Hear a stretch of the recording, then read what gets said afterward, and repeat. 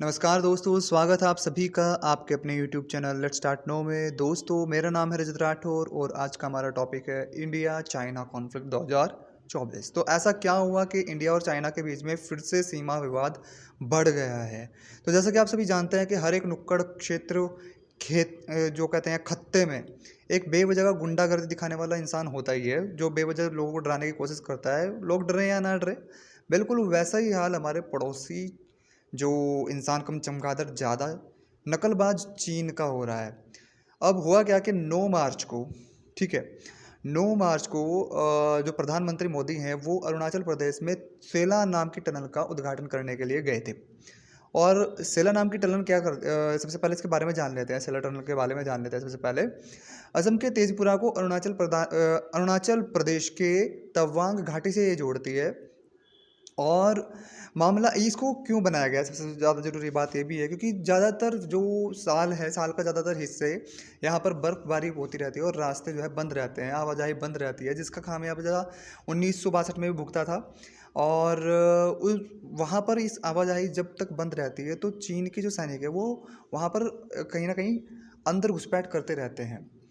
तो उसे रोकने के लिए और आवाजाही को सुगम बनाने के लिए, यातायात को बढ़ावा देने के लिए, विकास करने के लिए वहाँ पर इन चीज़ों को वहाँ पर बनाया गया है। इसको बनाने में 5 साल लगे हैं। 13,000 की फीट पर बनी हुई दुनिया की सबसे लंबी सुरंग है। इसमें 2 टनल है, एक 980 मीटर लंबी है और एक 1.5 किलोमीटर लंबी है। आने जाने में इसमें वाहन 80 किलोमीटर प्रति घंटे की चाल से चल सकते हैं। अत्याधुनिक टनल है और BRO यानी कि बॉर्डर रोड ऑर्गेनाइजेशन के द्वारा इसको बनाया गया है। अब मुद्दा आता है कि इसके क्या क्या लाभ हैं और चीन ने ऐसा क्यों किया। हालांकि अरुणाचल प्रदेश निसंकोच हमारे देश का ही हिस्सा है। प्रधानमंत्री मोदी वहां पर जाकर के मुख्यमंत्री से भी मिले। तो जैसे ही ये चीज़ें होती हैं, लेकिन चाइना को ये बात नागवार गुजरी और चाइनीज़ फॉरेन मिनिस्टर की तरफ से, स्पोकमैन जो होते हैं वहाँ के, वांग वेनबिन, उनकी तरफ से जो है स्टेटमेंट आता है कि जो इंडिया है उसको कोई अधिकार नहीं है कि वो कोई भी डेवलपमेंट करे उस एरिया के अंदर, अरुणाचल प्रदेश में, क्योंकि वो चाइना का हिस्सा है और चाइना का जैनबेन, मतलब तुम आप खुद देख लो क्या नाम लिखा हुआ है, मेरे से तो पढ़ा भी नहीं जा रहा है। तो अपना प्रदेश बना दिया। अब मामला आता है कि हालांकि इसके जवाब में जो है इंडिया फॉरेन मिनिस्ट्री की तरफ से भी जारी कर दिया गया तुरंत थप्पड़ चाइना। त्वरित टिप्पणी करते हुए हमारे फॉरेन मिनिस्ट्री की तरफ से कहा गया कि भारत के इंटरनल मामलों में चाइना या कोई भी बाहर का देश दखलंदाजी ना करे। भारत का ये अपना मामला है। भारत अपने इंटरनल मामलों में कोई भी कहीं पे भी डेवलपमेंट कर सकता है। जैसे अदर स्टेट में डेवलपमेंट होती है, वैसे ही अरुणाचल प्रदेश में भी डेवलपमेंट इंडिया करेगा। अब देखो, मामला यहाँ तक नहीं रुकता है। मामला उसके बाद बढ़ जाता है आगे। जो अमेरिका, ब्राज़ील और जो यूरोपियन हमारे थिंक टैंक है, उन्होंने भी पहले से ही ये चीज़ कहीं ना कहीं आकलन किया हुआ है, क्योंकि जो समय के हिसाब से चीज़ें जो बदलाव लेकर के आती हैं, जो बदलाव होते हैं, उनके अकॉर्डिंग वो अपने एक एनालिसिस सामने रखते हैं। और उनके अकॉर्डिंग क्या है, आप देख भी पा रहे होंगे कि भाई जो इंडिया और चाइना है वो 100% इन दोनों के बीच में वार तो होनी है। और इस वार को हम कंपेयर नहीं कर सकते यूक्रेन रूस के वॉर से या फिर इसराइल और फ़लस्तीन के वॉर से, क्योंकि इंडिया और चाइना दोनों ही बल्कि एक बहुत ही बड़े देश हैं एशिया के, और दोनों ही न्यूक्लियर पावर हैं। तो अगर इन दोनों के बीच में वॉर होती भी है तो एक बहुत बड़ी समस्या होगी पूरी दुनिया के लिए। तहस नहस हो सकती है पूरी की पूरी दुनिया, पृथ्वी भी खतरे में आ सकती है। समस्या यही है। अब मामला ये है कि इंडिया तो इस चीज़ को समझता है, लेकिन चाइना इस चीज़ को नहीं समझ पा रहा है। वो इतनी बहकी हुई इस टाइम पे इतना ज़्यादा फ्रस्ट्रेटेड हो चुका है कि उसको बोलने का तरीका भी इतना घटिया और एक तरीके से कैजुअल था। आपने देखा भी कि India has no right to development that area. तो कहने का मामला कुछ ऐसा है कि उसे खुद सोचना चाहिए कि यार, अगर इंडियंस ने कंपेन शुरू कर दी, मान लो, मेरा मानो तो यही है भाई, मैं तो यही कहूँगा कि कर देनी चाहिए भाई। जितने भी इंडियंस हैं ना, सारे के सारे मिल करके कंपेन शुरू करो कि फ्री फ्री कैलाश पर्वत।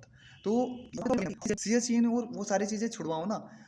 अगर मैं क्वेश्चन पूछूं कि ऐसा कौन सा देश है जिसके सभी देशों के साथ, लगभग जो पड़ोसी सारे के सारे देश हैं उनके साथ सीमा विवाद चल रहे हैं, तो एकमात्र आंसर है इसका चाइना।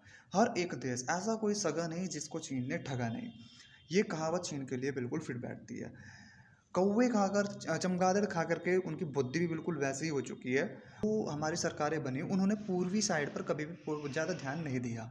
इस वजह से उनका कहीं न कहीं डेवलपमेंट बहुत ही कम रहा और वहाँ पर घुसपैठ भी होती रही दूसरे देशों से, बांग्लादेश से या म्यांमार से या फिर चाइना से भी घुसपैठ होती रही है समय-समय पर, और साथ ही साथ आवाजाही वहाँ पर हमने नहीं की, हमारी सरकारों ने नहीं की। इस वजह से वहाँ पर अलगाववाद, नक्सलवाद इस तरीके से बढ़ भी गया है। ये सिर्फ़ उसी की देन है। अब जो सरकार आई है, मैं ये नहीं कह रहा हूँ कि सरकार की तरफदारी कर रहा हूँ, नहीं, नहीं। कुछ मामले ऐसे होते हैं कहीं न कहीं जिनको हमें स्पष्ट तरीके से बताना होता है। तो 2014 के बाद से पूर्वी साइड को ध्यान से देखा गया है, उन पर ध्यान दिया गया है, वहाँ पर डेवलपिंग के कार्य चलाए गए हैं और इस वजह से जो दूसरे देश हैं, उनकी घुसपैठ वहाँ पर कम हुई है, जिससे कि उनको दर्द पीड़ा का एहसास हो रहा है। और सबसे ज़्यादा दर्द पीड़ा का एहसास चाइना को हो रहा है। समस्या ये भी है कि अगर कोई एकमात्र देश चाइना के सामने इस वक्त दुनिया में अड़ के खड़ा हो सकता है, तो वो सिर्फ़ और सिर्फ़ इंडिया है, अमेरिका नहीं है। अमेरिका कहाँ से है? अब खुद ही सोच लो कि अमेरिका इकोनॉमिकली भी और कर्ज़ के हिसाब से भी चाइना से कहीं न कहीं पिछड़ चुका है। लेकिन जो रेशियो है और जो ग्रोथ है, उस मामले में मतलब जो कर्ज़ और इनकम का रेशियो है और जो ग्रोथ का रेशियो है, उस हिसाब से इंडिया चाइना से कहीं ज़्यादा आगे है और उस हिसाब से अगर इंडिया आगे बढ़ता है तो बहुत ज़्यादा टाइम नहीं लगेगा चाइना को जो है रिप्लेस करने में इंडिया के द्वारा। तो चाइना भी इस बात को समझता है कि एकमात्र इंडिया ही है अब जो आगे आ रहा है, और चाइना हमेशा यही करता है, जो भी उसको ओवरटेक करने की कोशिश करता है तो वो उसको पीछे धकेलने की कोशिश करता है। वो ऐसा माहौल बना रहा है जस्ट, जिससे कि आने वाली कंपनियां, इन्वेस्ट करने वाले लोग भारत में इन्वेस्ट करने से डरे, उनके अंदर ये फीलिंग या फिर एक भाव उत्पन्न हो कि भाई भारत में जो माहौल है वो कहीं ना कहीं युद्ध के बने हुए हैं। ऐसे माहौल क्रिएट करना चाइना का मुख्य उद्देश्य है। एंड एक्चुअली चाइना की दर्द पीड़ा इसलिए भी और ज़्यादा बढ़ चुकी है क्योंकि अग्नि 5 को ऑफिशियली इंडिया ने सामने रख दिया है वर्ल्ड के, क्योंकि ये देखो अग्नि 5 जो टेक्नोलॉजी थी हमारी MIRV जो टेक्नोलॉजी है, ये पहले से ही भारत के पास थी, लेकिन इंडिया ने कभी भी इसको ऑफिशियली एक तरीके से नहीं बताया था, दुनिया के सामने नहीं रखा था। और अब जब ऐसा माहौल बन रहा है तो इंडिया ने इसको सामने रख दिया। अब बात करें इंडिया और चाइना की वॉर की, तो 100% ही वॉर तो होना ही है, निश्चित रूप से होना ही है।